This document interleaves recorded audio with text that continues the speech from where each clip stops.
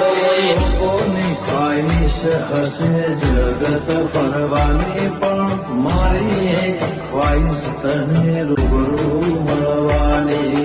લોકોની ખ્વાહિશ હશે જગત ફરવાની, મારી એક જ ખ્વાહિશ તને રૂબરૂ મળવાની.